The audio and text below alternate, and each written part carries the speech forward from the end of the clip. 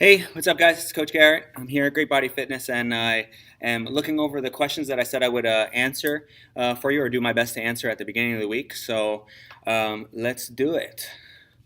So it looks like, starting from the beginning, Ria asks, "What's the best thing to eat slash drink after a workout?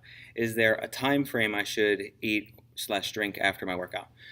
What's the best thing to eat after a workout? Well, what do you like to eat after your workout? That's the first question you should ask. And I mean, studies have shown that having a protein and a carbohydrate after your workout is the best for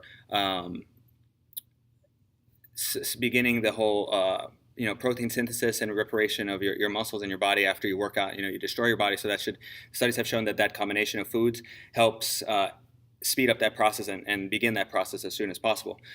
Is there a time frame that you should eat and drink after your workout?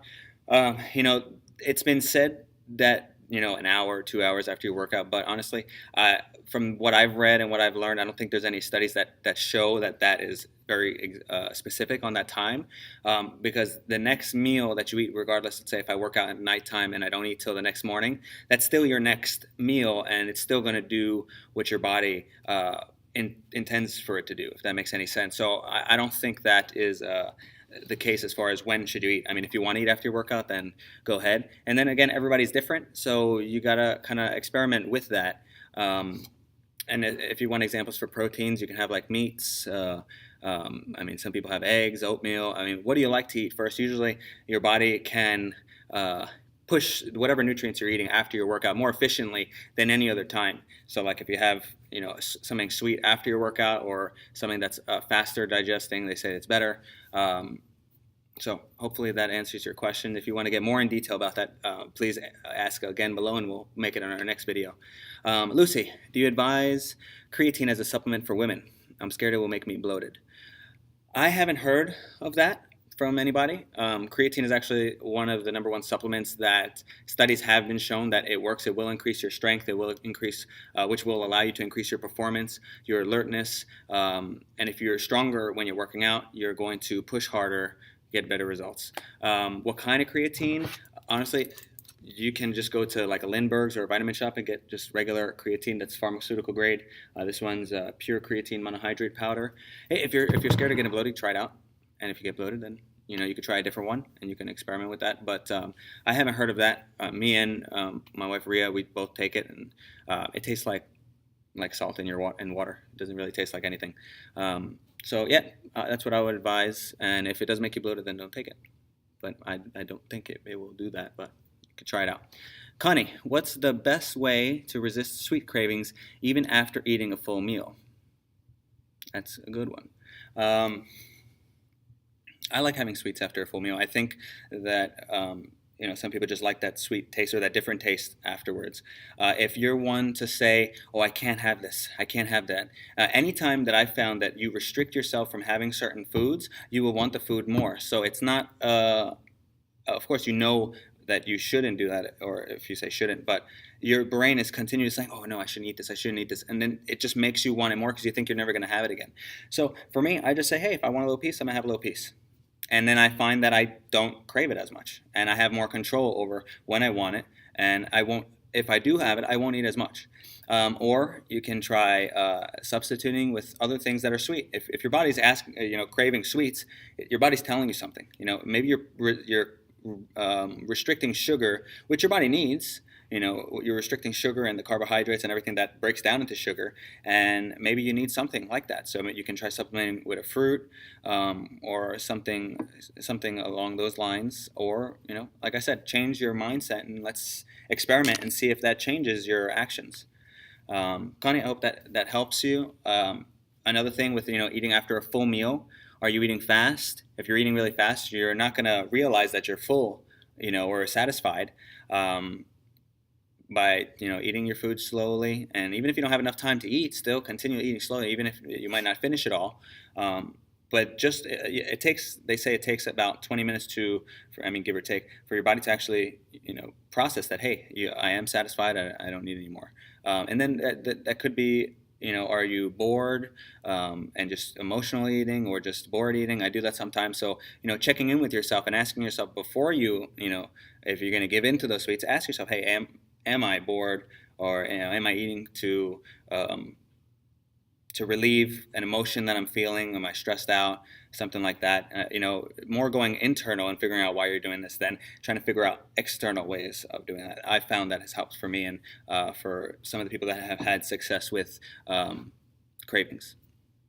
Shida, what's the best way to break a weight plateau? Uh, you know, I don't like saying it's, I hate that word plateau because I don't think that we ever really do hit a plateau. I don't think it's most of the time, I don't think it's hormonal. I think sometimes we expect that doing this much of stuff is going to get us this result. And sometimes it just takes a lot more than that. What I found is that if you just take two things, you look at how much activity you're doing and how can you improve your nutrition. Um, and just go back and forth between those two things, eventually you will start losing again. And I mean, obviously, if it comes to a point where you're not, then we can look at other areas of your life. But again, there are a whole bunch of things that come into play. Stress, how much you're eating, which ideally we want to eat a lot and be more active so that your body can function. So I would look at how much activity you're doing. First thing, I would definitely probably bump up the activity. Can we, and I don't mean, the training in here. If you're coming in 3, 4 times a week, I think that's honestly enough. But how can we move more throughout the day? I mean, every little bit counts. So can we add, sometime 3 extra times a week or 1 time, whatever you can commit yourself to doing consistently, see what happens after, a few weeks, and then reassess again and do it again. Either you add more activity or you look at your nutrition. How can I improve what I'm eating, or how can I decrease the calories if I'm eating too much? That's something that's going to be different on each individual basis. So if you have more specific questions pertaining to you, it is as much information as I can get from you, like how much you're working out, how much activity you're doing outside of here, how much you're sleeping, how much water you're drinking. All those things will help me kind of give you better feedback on what to do next. So let me know if you have more questions on that. Elba, when is the next challenge? Next challenge, I believe, is coming up in a few months, couple months. I think June. I think it's going to be June. I don't want to say anything yet, though. So yes, it's going to be the best one yet. Elva also asks, what are your thoughts on taking pre-workout supplement?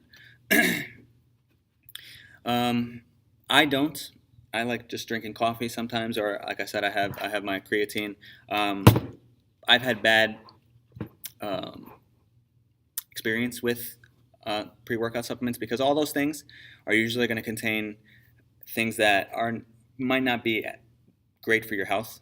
And that messed with me. I used to train like super hardcore, and I took something way too much, and it messed with me. I could not train as hard as I used to. I get dizzy now, and you've witnessed this at the track. I never used to be like that. So I would say, if you're not energetic, or I mean, if you're feeling like super tired or not as strong, and you see that your strength is not increasing, your performance is not increasing, and maybe even if you're not losing weight, that could be a sign of not recovering fast enough. Again, you want to look at everything that you're doing. It's not just one thing. You look at your training, okay? You look at your lifestyle, your stress, how much you're sleeping, how much water you're drinking, for sure.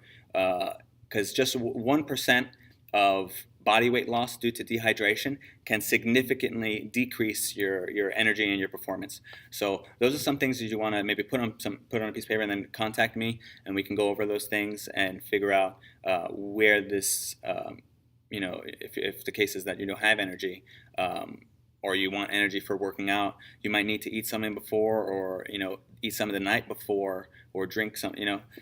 So again, that's on an individual basis for everyone. So get at me if you have more questions on that. What can I do? Elva says, what can I do to increase my endurance? Train. We've been training at the track, and Elva, for you, it looks like you've been improving for sure. So I would say keep on doing that. Keep on coming to the class. Keep on pushing a little bit more. And then again, looking at the whole spectrum of things. Water is number one. You should be drinking a good amount of water throughout the day. I say when you first wake up, before, after, during meals. an hour before you work out, 20 minutes before you work out, before you go to bed. All those things you should be drinking a lot. Just doing that, you'll see significant increase in your energy levels and your performance and how long you can go throughout the workouts. And then just keep on training on your cardio. So if you need a cardio program, I have one I can give to you. So just let me know. Okay. Sandra asks, is this a good substitution for sugar? I want it to use for my coffee if I don't like stevia. And she posted up California Naked Wild Honey. I checked it out, and it looks like it's just honey. So I would say sure, why not? It looks like if you're having the coffee in the morning, I think just too much of anything is not good for you, I think. But I mean, if you're having a little bit here and there, I don't think that's going to be the one thing that destroys your results or anything like that. That's fine, I would say. But again, experiment. How do you feel after you drink it or after you have that? And if you feel good, then keep doing it. Lucy said that she recently started using coconut sugar with her coffee. Try that. She got that at the farmers market, the Torrance Farmers Market. There's a guy that sells that. I tasted it. It was pretty good, actually.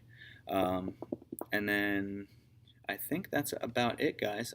I hope that answers all of your questions.